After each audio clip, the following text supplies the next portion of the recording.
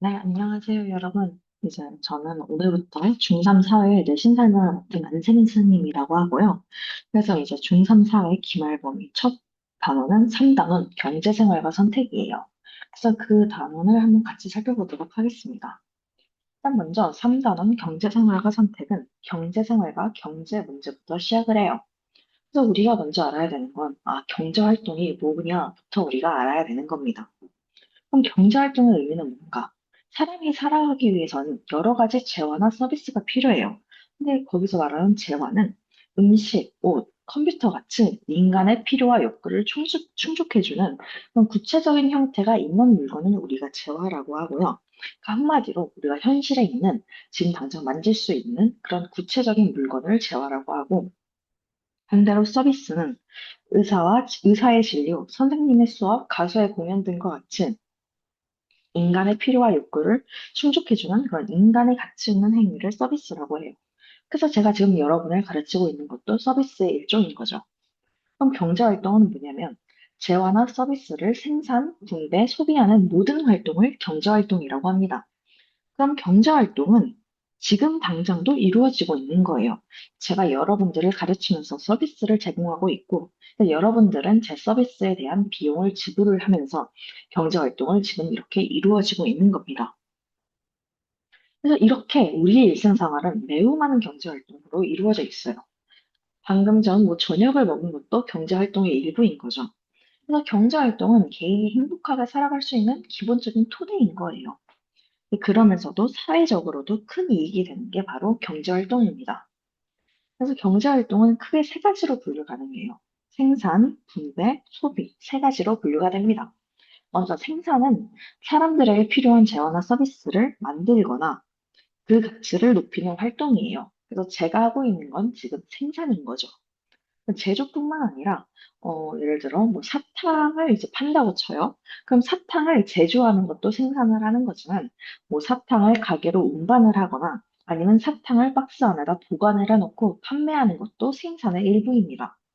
분배는 이제 생산 활동에 참여해 생산 요소를 제공한 사람들은 임금, 지대, 이자 등의 대가를 받거든요. 그걸 우리가 분배라고 해요.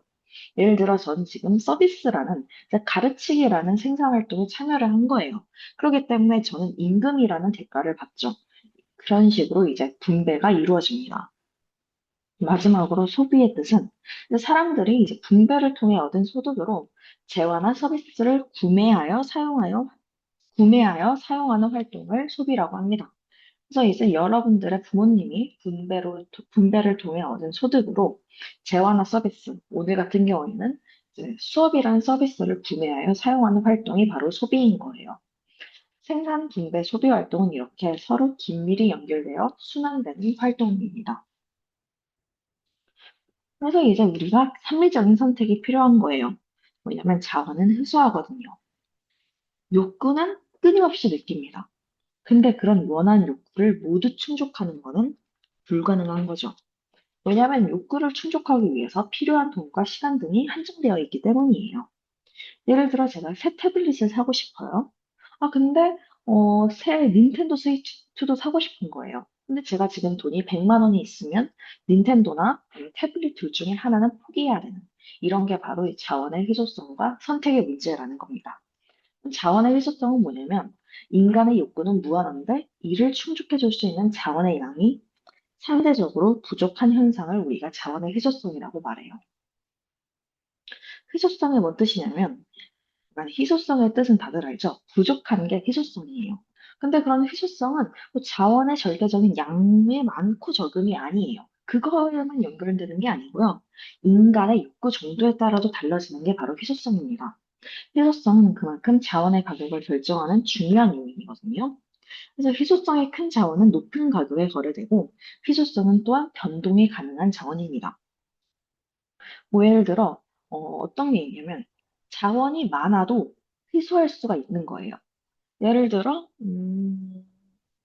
어떤 경우가 있냐면 예전에 유명했던 두쫑쿠 아시죠? 두바이 쫀득 쿠키. 그거는 양이 적은 게 아니었어요. 근데 한 번에 너무 많은 사람들이 원한 거였잖아요. 그렇기 때문에 양은 많은데 그 양보다 원하는 사람이 더 많아가지고 두종크가 희소성이 높아진 거죠. 근데 희소성은 변동 가능하다. 이 말은 뭐냐면요. 예전에 두쫑쿠는 굉장히 비싸가지고 희소해가지고 사람들이 워낙 많이 먹다 보니까 막 하나에 8,000원에 팔려도 팔렸죠. 근데 지금은 어때요?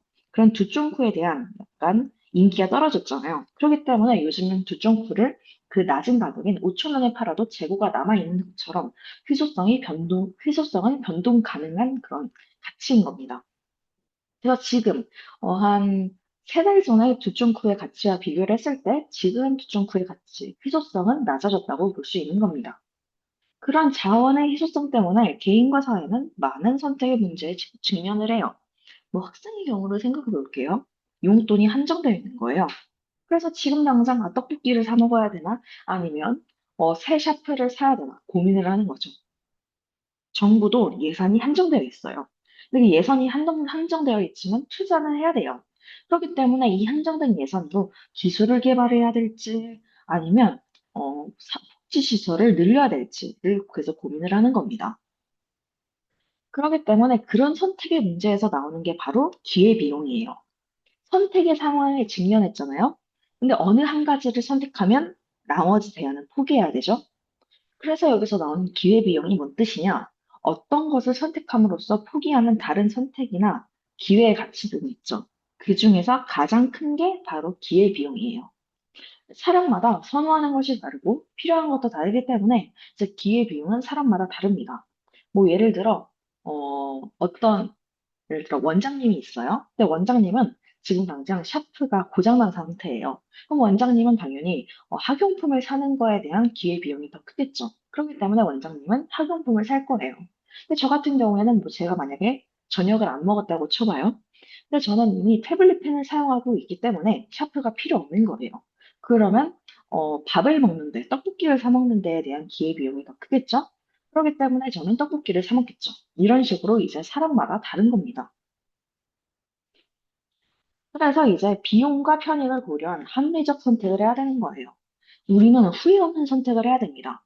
물론 최선의 선택을 해도 후회는 남을 수 있어요. 근데 그 후회를 줄여야 되는 게 중요한 거죠. 그래서 선택으로 발생하는 비용과 편익을 고려해야 돼요. 비용은 뭐냐면요. 어떤 것을 선택함으로써 이제 들어가는 돈이나 노력, 그리고 시간 등을 뜻하고요. 편익은 뭐냐면 선택으로 인해 얻게 되는 이익이나 만족감을 뜻합니다. 그래서 합리적 선택은 뭐냐면 가장 적은 비용으로 가장 큰 편익을 얻을 수 있는 대안을 선택하는 게 바로 합리적인 선택이에요. 그래서 두 가지 선택지가 있어요. 근데 만약에 두 가지 선택지가 같은 비용이 드는 일이에요. 그러면 편익이 가장 큰 것을 선택하는 게 합리적일 거고요. 근데 만약에 같은 편익을 얻어요. 그러면 비용이 가장 적은 것을 선택하는 것이 합리적이겠죠. 그래서 이제 경제 문제가 이제 발생을 합니다. 그럼 그 경제 문제는 경제 체제에 따라 상정이 되고요. 각각 어떻게 해결하느냐에 따른 방식이 차이가 있어요. 일단 경제 문제와 경제 체제가 먼저부터 한번 살펴볼게요. 일단 경제 생활에서요. 우린 필요한 재화나 서비스를 생산 분배 소비하는 과정에서 선택을 해야 됩니다. 일단 경제 문제의 의미는 뭐냐면 경제 활동 과정에서 발생하는 선택의 문제를 우리가 바로 경제 문제라고 해요. 뭐 예를 들어 생산 같은 경우에는 뭐 무엇을 얼마나 생산할 것이냐를 묻기도 하고 아니면 어떻게 생산할 것이냐로 우리가 물어야 되고 마지막으로 분배, 어떻게 누구에게 분배할 것인가도 중요합니다. 그래서 경제 체제란 건 뭐냐면 그런 한 사회의 경제 문제를 해결하기 위해 희소한 자원을 어떻게 사용하고 분배할 것인지를 결정하는 방식을 우리가 바로 경제 체제라고 합니다. 그래서 경제 체제는 크게 일단 두 가지부터 살펴볼게요. 먼저 시장 경제 체제와 계획 경제 체제가 있어요. 시장 경제 체제는요, 자신의 이익을 추구하는 개인이 있죠. 그리고 자신들의 이익을 추구하는 기업이 있습니다. 그럼 개인과 기업이 시장 가격에 기초해 자유롭게 의사결정을 하는 거예요. 그래서 경제 문제를 해결하는 겁니다. 먼저, 일단 시장 경제 체제의 장점은 뭐냐면 자유로운 경제 활동을 보장하죠. 그렇기 때문에 개인의 창의성이 발휘할 수 있고요. 개인의 능력이 더욱더 발휘될 수 있는 거죠. 또한 희소한 자원을 효율적으로 사용 가능합니다. 근데 이런 시장 경제 체제의 문제는 개인의 능력치가 중요하단 말이에요. 그렇기 때문에 개개인마다 차이가 발생할 수밖에 없어요.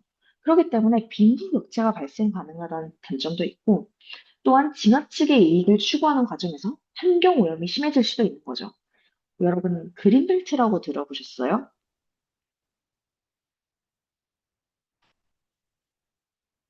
근데 그린벨트는 뭐냐면, 어, 모든 땅, 우리가 공장을 세우거나 아니면 아파트를 세울 때 그런 땅들을 이제 정비하고 그 땅에 있는 뭐 나무를 밀든 아니면 식물을 제거하든 해서 땅을 정리한 다음에 땅을 개발한 다음에 이제 건물들을 세우죠.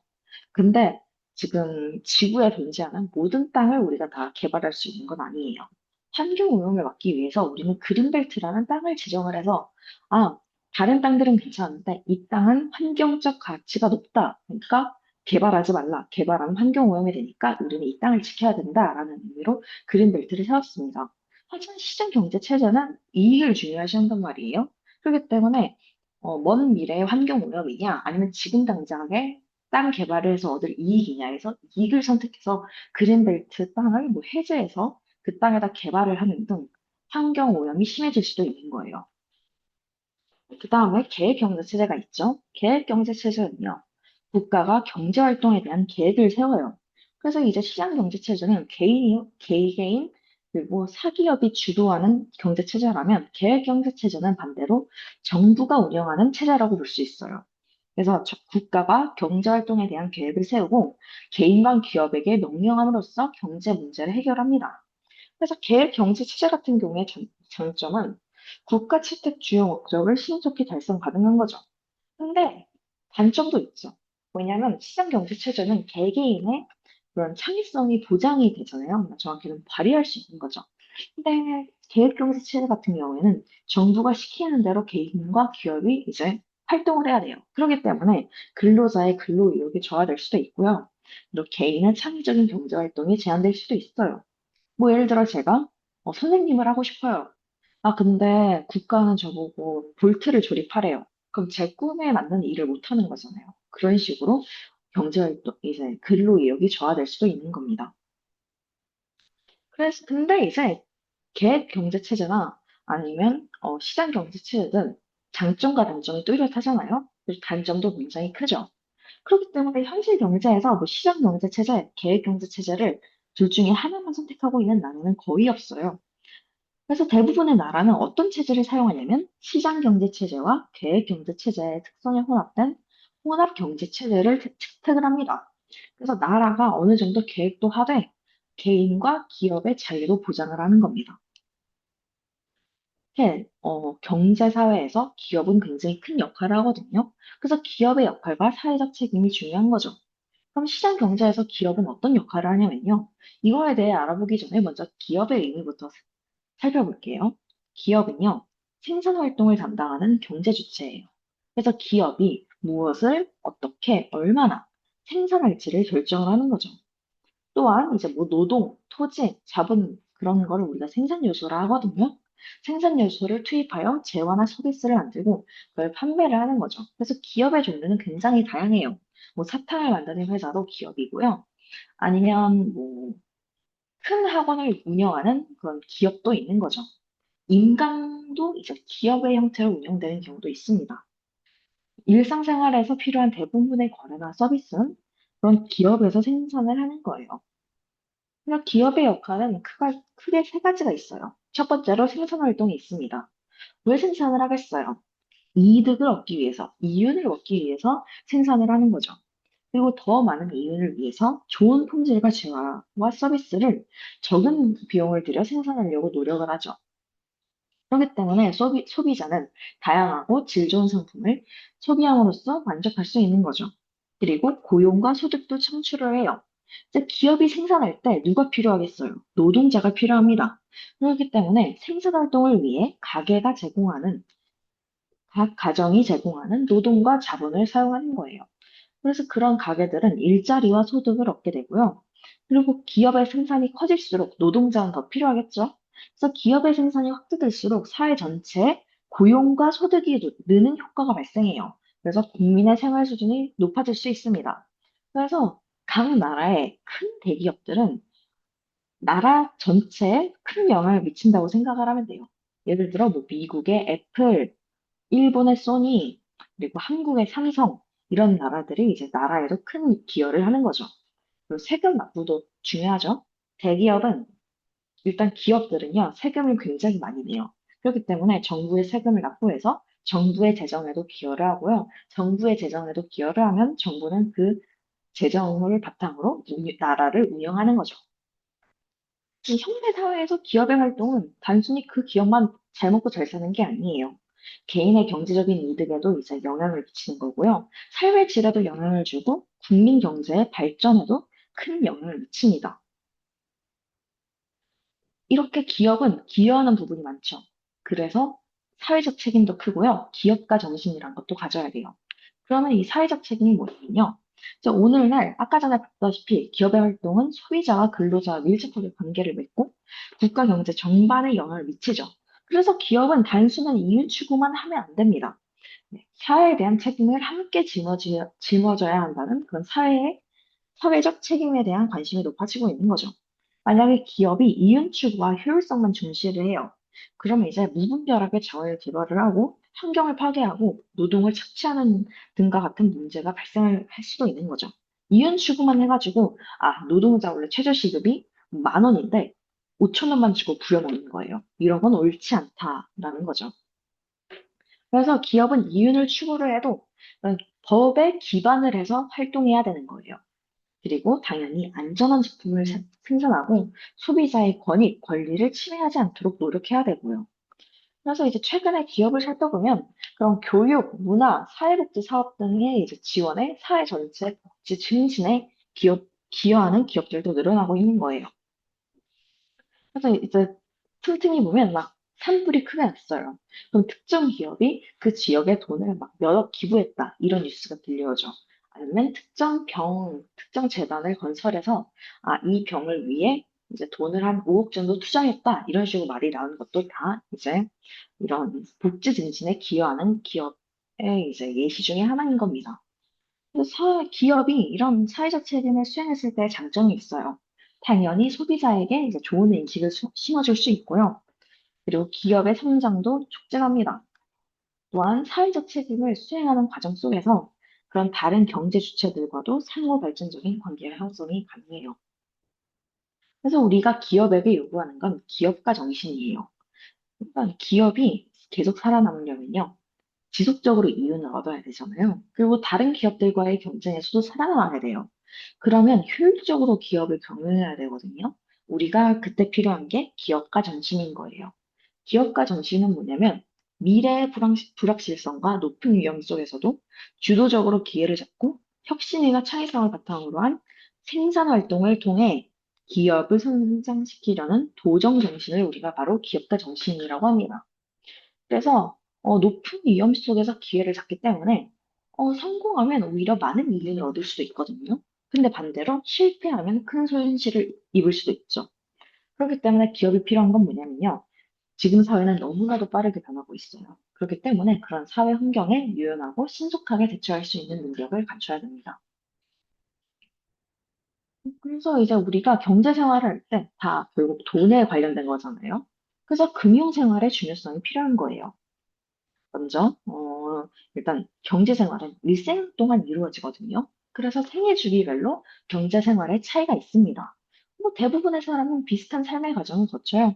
먼저 유소년기가 있죠. 여러분들은 유소년기입니다.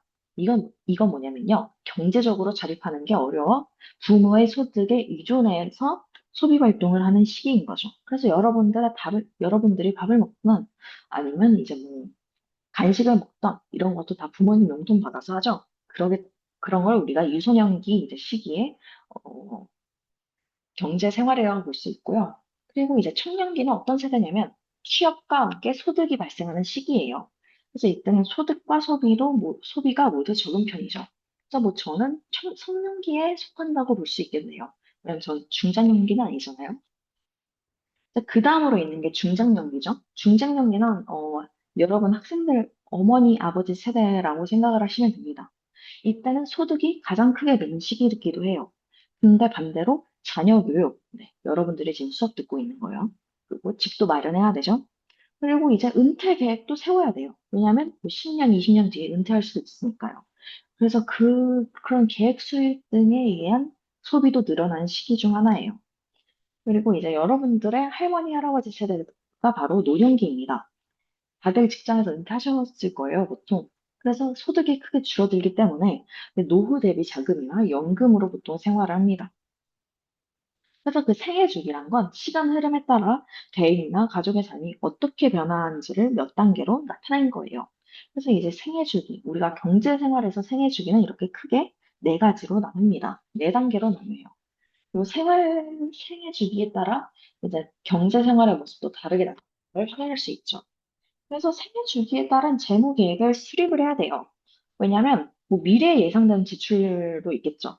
근데 지금 당장 제가 내일 사고가 나서 뭐 일을 못 하는데 뭐 병원비 때문에 돈을 내야 되는 그런 식으로 예상하지 못한 사고나 질병 등에도 대비를 해야 되는 겁니다. 그래서 생애 주기에 따른 수입과 지출을 살펴보고 장기적인 관점에서 자신의 재무 계획을 세워야 됩니다. 그래서 지금 여기 소득 곡선과 소비 곡선을 보면요. 유소년기까지는 유소년기, 그리고 청년기 초반까지는 아무래도 소비가 크는데 이 중장년기 때 돈을 열심히 벌어둬야 되는 시기고요. 중장년기 때 돈을 많이 벌어뒀으면 그 돈을 가지고 노년기 때 써야 되는 겁니다. 지금 삶은 100세 시대예요. 그렇기 때문에 지속 가능한 경제 생활을 위한 자산 관리를 해야 되는 거죠. 소비 생활은 평생 있습니다. 네, 소득이 없는 구간이 있지만요. 소비 생활이 없는 기간은 없어요. 소비 생활이 평생 지속이 되는데 소득을 얻을 수 있는 기간은 한정되어 있는 거예요. 그래서 일생 동안 우리가 얼마나 벌지, 얼마나 쓸지, 소득과 소비를 고려하여 자산을 확보하는 게 중요하고요. 그리고 그 자산을 어떻게 운영하냐, 자산 관리도 필요한 겁니다. 자산 관리라는 건 어떤 걸 뜻하냐면요. 벌어들인 소득으로 언제 얼마만큼 소비할지, 어떻게 자산을 모으고 불릴지 미리 계획을 세운 다음에 이를 실천하는 걸 우리가 자산 관리라고 해요. 이제 오늘날 같은 경우에는요, 평균 수명이 길어져서 노년기 생활을 대비할 필요성이 더욱더 커졌어요. 왜냐하면, 평균 수명은 연장이 되는데, 은퇴 시간은 연장이 그렇게까지 크게 되진 않았습니다. 이제, 평균 수명 연장을 따지면 은퇴는 20년 미뤄져야 되는데, 아직 그 정도는 아니거든요. 이제 그렇기 때문에 합리적인 자산 관리의 중요성이 더욱더 커진 거죠. 물론 국가전 차원에서도 국민들을 이제 국민연금 등으로 이를 보완해야 되긴 합니다. 그래서 어떻게 이제 합리적인 자산 관리 방법을 하냐?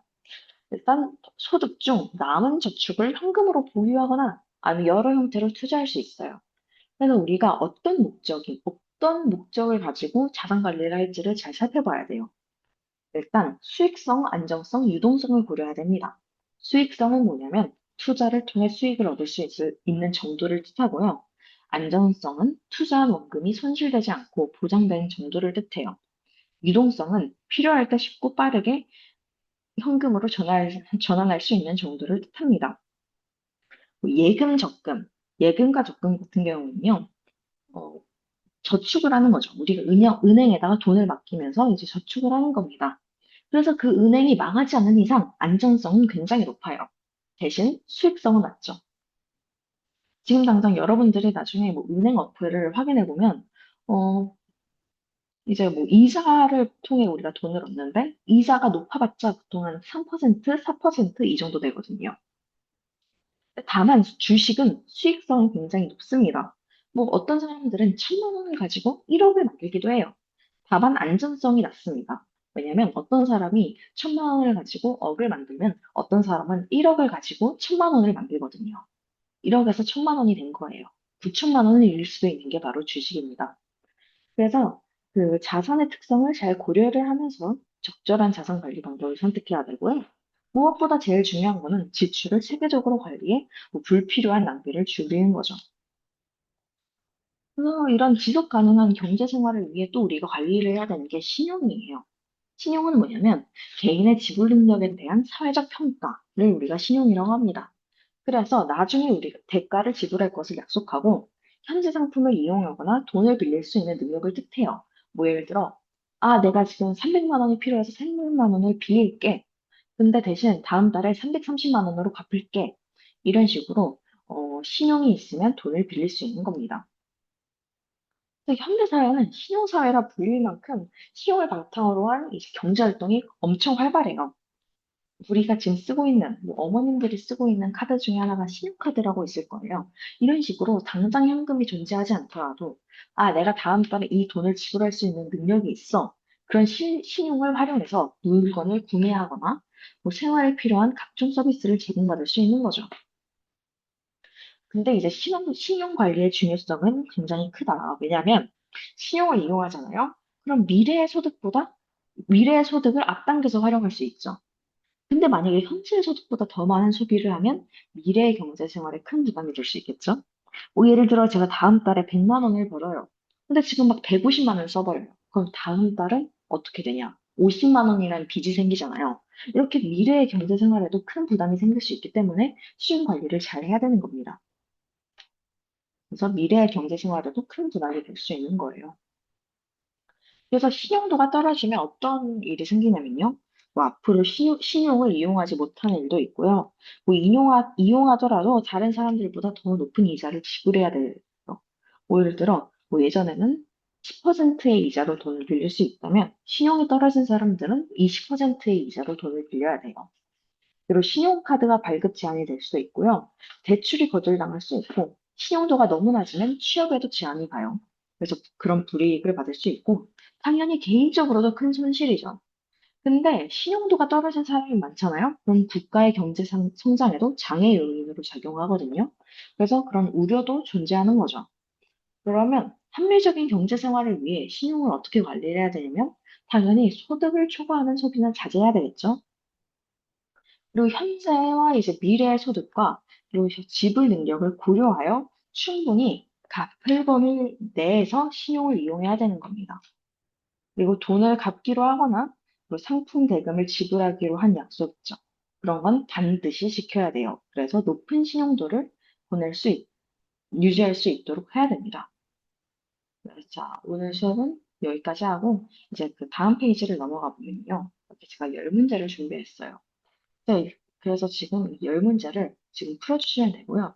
다 푸시면 제가 해설 강의를 진행하도록 할게요. 몇 분 동안 푸시면 되냐면요. 10분 동안 풀고 다시 돌아와 주시면 됩니다. 어, 일단 지금 다 푸셨을 거라 생각을 하고 이제 해설 강의를 시작하도록 할게요.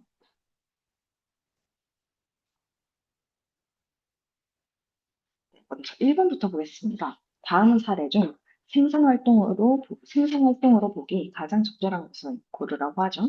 1번, 2번, 3번, 4번, 5번 중에서 가장 적절한 것은 네,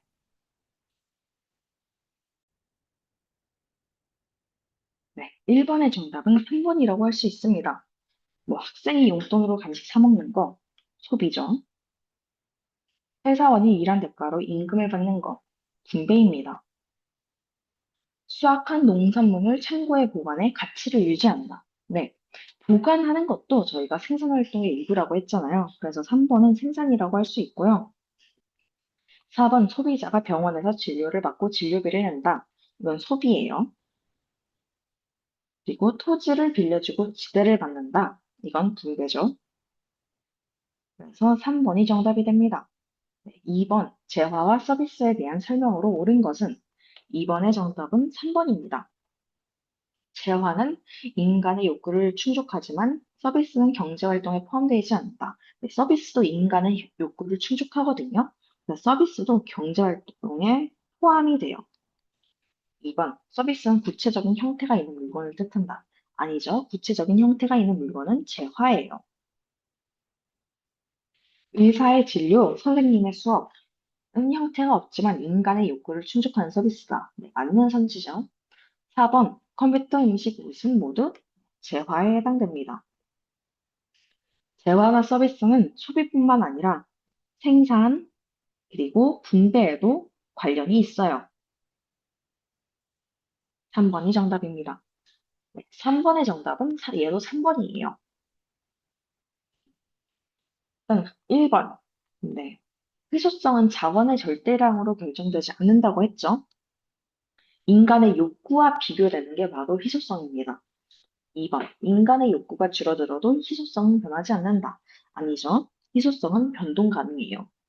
3번. 희소성은 자원의 양뿐 아니라 인간의 욕구 정도에 따라 달라질 수 있다. 네, 맞는 설명이죠. 자원이 적어도요. 인간이 그걸 필요로 하지 않으면 희소성은 낮아요. 4번. 희소성이 큰 자원은 가격이 높아집니다. 그리고 희소성 개인에게만 적용되고 아니에요. 개인뿐만이 아니라 정부, 사회, 그리고 기업 전체의 선택 문제와도 관련이 되어 있는 게 바로 희소성이에요. 4번. 민수가 주말에 영화 보기, 친구 만나기, 독서하기 중 하나를 선택하려고 합니다. 민수에게 가장 가치가 큰 대안은 친구 만나기고, 그 다음에 영화 보기, 마지막이 독서하기입니다. 근데 민수가 영화를 보기로 한 거예요. 그럼 기회비용은 뭐냐? 네, 2번이죠. 영화를 봤어요. 그럼 영화 보기의 만족감은 기회비용이 아니죠. 자, 근데 이제 기회비용의 뜻이 뭐였어요? 포기한 대안 중 가장 큰 가치가 바로 기회비용이죠. 근데 가장 가치가 큰 대안이 친구 만나기이기 때문에 친구 만나기의 가치가 바로 기회비용이 되는 겁니다. 네, 독서하기의 가치는 낮았기 때문에 얘는 기회비용이 될 수 없고요. 그리고 친구 만나기와 독서하기의 가치 전체, 네, 전체 아니고 가장 높은 친구 만나기의 기회비용만 적용이 돼요. 영화 보기 위해 실제로 낸 돈만 아니죠. 기회비용은 낸 돈만 뜻하진 않고요. 뭐 시간, 노력, 포기한 만족도도 다 포함이 되는 게 기회비용이에요. 5번. 다음 중 합리적 선택에 대한 설명으로 옳은 것은? 네, 5번의 정답은 3번입니다. 1번, 2번, 4번, 5번은 왜 틀렸냐면요. 어, 비용이 가장 적은 대안은 편익과 관계없이 아니죠. 편익이 매우 작으면 합리적인 선택은 아니겠죠. 그리고 편익이 가장 큰 대안은 비용과 관계없이 항상 합리적이다. 뭐, 어떤 사람의 가장 큰 편익이 가장 큰 대안이 뭐 닌텐도 스위치 2예요. 근데 비용 크죠. 그럼 합리적 선택이라고 볼 수 없어요. 그런 느낌. 그리고 4번. 같은 편익을 얻는다면 비용이 가장 큰 대안 아니죠. 가장 적은 대안을 선택해야 되고요. 합리적 선택은 돈으로 계산되는 비용만 고려 아니에요. 시간, 노력도 포함을 해야 됩니다. 그래서 3번이 정답이 돼요. 6번. 다음 중 경제 문제에 대한 설명으로 가장 적절하지 않은 것은? 네, 5번이에요. 5번은 왜 적절하지 않냐면요. 경제 문제는 소비자에게만 발생하는 게 아니에요. 소비 과정에서만 발생하는 게 아니라 생산, 분배, 소비 모든 과정에서 발생하는 게 네, 경제 문제였죠. 그래서 틀린 설명이었기 때문에 5번이 정답인 선지입니다.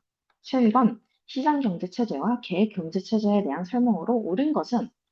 7번에 대한 간단한 설명을 다시 한번 하고 넘어가자면, 계획 경제체제는 정부 계획, 그리고 시장 경제체제는 개인, 기업 주도였죠. 시장 경제체제에서는 모든 생산량과 분배 방식을 국가가 명령한다. 아니죠. 얘는 계획이겠죠. 2번, 계획경제체제에서는 개인과 기업이 시장 가격에 따라 자유롭게 결정한다. 시장입니다. 시장 경제 체제는 개인의 창의성이 발휘될 수 있지만 빈부격차가 발생할 수 있다. 네, 그렇죠. 3번이 정답이 되는 선지예요. 계획 경제 체제는 근로자의 근로의욕을 높이고 창의성을 최대한 보장한다. 이거는 시장에 대한 설명이고요. 현실의 대부분 국가는 완전한 계획 경제 체제만을 채택한다. 아니죠. 혼합. 계획 경제 체제랑 시장 경제 체제의 특성을 섞은 혼합 경제 체제를 채택해요. 8번, 기업의 역할에 대한 설명으로 가장 적절한 것은 2번입니다. 기업은 소비뿐만이 아니라 소비가 아닌 주로 생산 활동을 담당해요. 3번을 보면 뭐, 기업의 생산이 확대되면 고용이 늘고, 네. 기업의 생산이 확대되잖아요. 그럼 고용도 늘고요. 그리고 가계의 일자리와 소득에도 영향을 줄 수 있어서 틀린 선지고요. 그리고 4번, 기업은 이윤을 추구하는 게 기업입니다. 이윤을 추구하는 게 기업이에요. 근데 다만, 법도 지키고 사회적 책임도 수행을 해야 될 뿐입니다. 그리고 5번, 기업의 활동에는 개인의 삶에는 영향을 주지만 국민 경제에도 영향을 줍니다. 2번이 맞는 선지네요. 9번, 다음 중 기업의 사회적 책임을 실천한 사례로 가장 적절한 것은 정답은 3번이에요. 생산 비용을 줄이기 위해 안전검사를 생략하면 안 되고요. 경쟁 기업을 몰아내기 위해 허위 정보를 퍼뜨리면 안 돼요. 단기 이윤을 높이기 위해 환경 오염 문제도 무시하면 안 되고요. 소비자의 권익보다 판매량 증가만을 우선해도 안 됩니다. 네, 사회적 책임을 실현하려면요. 법률을 지키며 공정하게 경쟁하고 안전한 상품을 생산하는 게 중요한 거예요. 그래서 정답이 3번이 됩니다. 10번, 다음 설명으로 옳은 것은 마지막 문제죠. 10번의 정답은 3번이 됩니다. 예금과 적금은 일반적으로 수익성이 낮아요.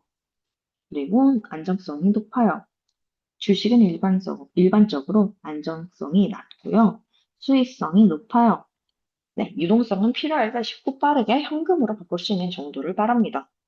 그래서 굳이 비교하자면 유동성은요, 예금 적금보다 주식이 조금 더 유동성이 높다고 볼 수 있어요. 그리고 신용은 현재 가진 현금의 양이 아니라 개인의 지불 능력에 대한 사회적 평가고요. 5번, 신용을 이용하면 미래 소득과 상관없이 현재 소비를 무제한 늘리면 큰일 납니다. 신용이 약화되고 경제적 부담으로도 이루어질 수 있어요. 그래서 정답은 3번이 됩니다. 네. 오늘 수업은 여기까지고요. 다들 수업 들으시느라 수고 많으셨고, 다음 주 이 시간을 뵈서 다시 내신 수업을 이어나가도록 하겠습니다. 안녕히 가세요.